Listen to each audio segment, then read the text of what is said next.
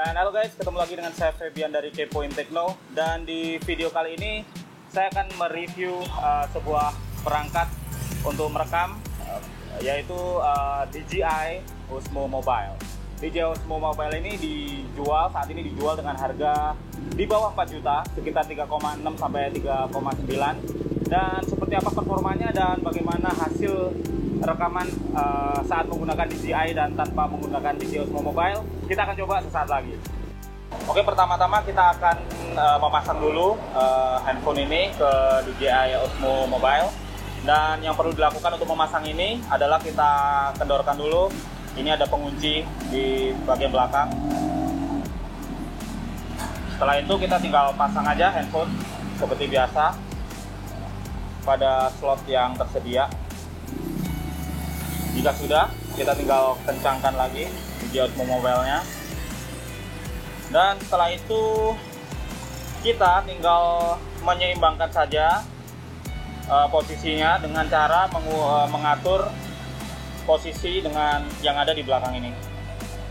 Di sini ada knobnya, kita atur saja panjang pendeknya sampai seimbang. Oke. Nah, jika sudah seperti ini, kita tinggal kencangkan saja.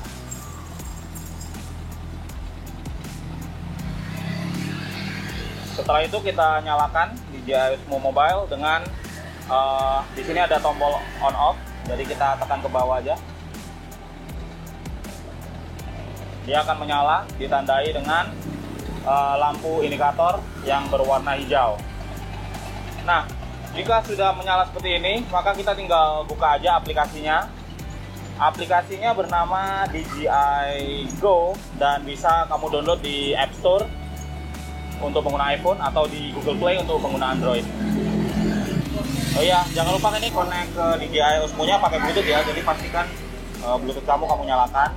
Nah, jika sudah terhubung dengan DJI Go, aplikasi DJI Go, kita pertama yang harus kita lakukan selalu adalah melakukan kalibrasi.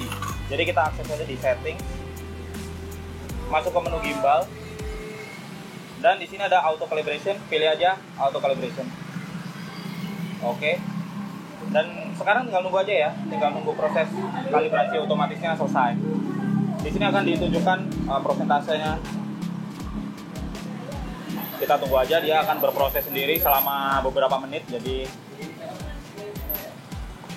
sabar-sabar aja menunggunya ya.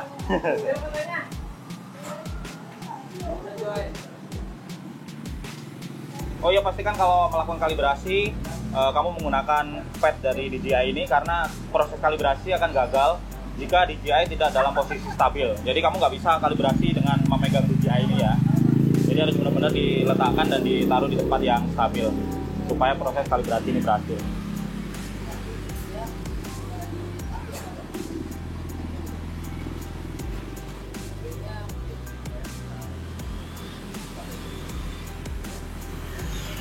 Oke, sudah siap ya, proses kalibrasi sudah selesai. Ini DJI ini sudah siap kita gunakan. Kelihatan banget kan, dia udah mulai menstabilkan pergerakan kita, apapun pergerakan kita di sini. Dan kita udah mulai siap-siap aja nih. Habis ini kita coba bagaimana hasilnya ya. Oke, sekarang kita mau pengenalan dulu nih. Ada menu-menunya di DJI Osmo Mobile ini ya. Jadi di sini ada beberapa option, berupa tombol. Yang pertama adalah ini tombol navigasi ya. Kita bisa mengaturnya, kalau kita naikkan dia akan naik, kalau kita turunkan dia akan turun. Kiri juga sama, bisa kita kiri, bisa kita kanan. Jadi di sini tombolnya fungsinya untuk navigasi. Ini mudah banget navigasinya. Terus ada juga ini ada tombol untuk snap foto ya. Kalau kita tekan, dia mengambil foto. Kita lihat di sini, dia mengambil foto. Dan juga di sini ada tombol untuk record video. Jadi kalau kita tekan tombol ini, dia akan record video. Nah, seperti itu. Dan yang ada dua indikator. Yang pertama indikator hijau ini merupakan indikator power, kalau dia menyala dia hijau. Kemudian di sini ada biru, ini indikator dia terkoneksi dengan handphone kita. Oke. Dan di belakang ini ada tombol juga. Di sini multifungsi ya. Kalau misalkan kita tekan 3 kali, dia bisa buat pindah ke mode selfie. Jadi kita tekan 3 kali lagi, dia pindah ke mode selfie. Kemudian kalau kita tekan 2 kali, dia akan kembali ke mode posisi di mana DJI Osmo pertama kali berada. Jadi ini namanya adalah trigger ya. Jadi kalau misalnya kita coba aja, misalkan kita posisikan di sini, kemudian kita arahkan lagi ke sini, kita tekannya di 2 kali, dia akan posisinya kembali lagi di posisi yang sama persis. Nah, jadi seperti itu. Terus kita juga bisa tekan 1 kali supaya dia bisa mengunci posisi ya. Kalau kita tekan 1 kali, dia bisa mengunci posisi, mengikuti bagaimana kita menggerakkan ini, dia mengunci ke objek. Nah, seperti itu aja cara pengoperasiannya, sangat mudah. Sekarang kita akan melihat bagaimana perbedaan ketika kita menggunakan DJI Osmo dan ketika tanpa DJI Osmo. Oke, yuk sama-sama kita lihat. Nah, jadi kita coba rekam ya. Kita pakai DJI Osmo Mobile. Kita tekan dulu tombol recordnya nih. Oke, kita coba rekam.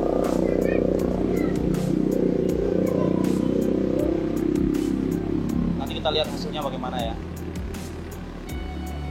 Kita goyang-goyangkan aja ya. Biar kita tahu nih akurasinya bagaimana. Oke, kita gerakin dulu ke kiri. Mantap. Kanan.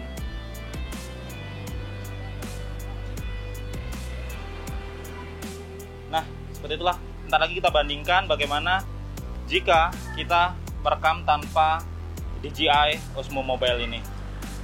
Yuk, sekarang kita mau coba ini ya, coba rekam sambil lari ya. Perbedaannya bagaimana? Stabilitas yang dihasilkan bagaimana? Oke, yuk kita langsung aja. Kita coba lari nih. Dan kita balik lagi. Oke. Seperti apa hasilnya ya? Ntar kita bandingin. Oke, sip. Oke, dan kali ini kita mau coba lari tanpa DJI Osmo. Bedanya gimana? Ini tadi kita sebelumnya lari pakai DJI Osmo Mobile ya. Sekarang kita ini lari tanpa DJI Osmo Mobile. Oke.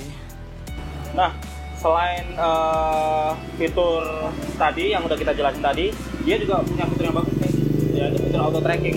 Jadi dia bisa nge-track sebuah objek, ya misalkan wajah, terus dia bisa gerak-gerak sendiri ngikutin wajah itu. Jadi cocok banget lah buat kayak misalkan vlog atau mungkin sebuah panning ya. Kita coba aja langsung ya. Jadi di sini ada menunya. Nah, kita tinggal gerakin aja, kita taruh di objek yang mau kita track. Misalkan ini nih. Udah, dia bakal ngikutin terus. Ayo gerak Om. Nah, dia bakal ngikutin seperti itu.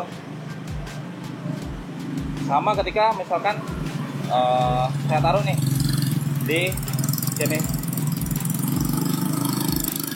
Nah, dia bakal ngikutin.